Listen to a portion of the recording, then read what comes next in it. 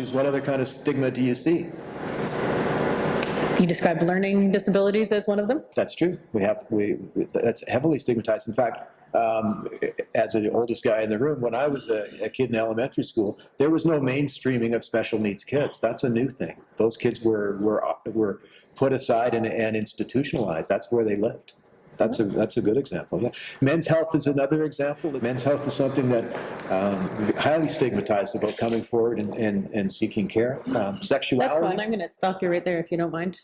That I feel like sometimes, I mean, obviously I'm in a room full of men, so I feel like sometimes we've done a bit of a disservice to men in this sense of stigma, almost in an oppressive kind of way. We've taught our men over the last generations or decades to grow up and be strong and be the provider and be the breadwinner and, tough it up and take care of everything. But when something goes wrong and that doesn't work out, everybody complains and everybody's unhappy and, that's no good. It's not going to work out. So we've set the standard and expectation that this is what men are supposed to do. And I'm speaking in generalities historically.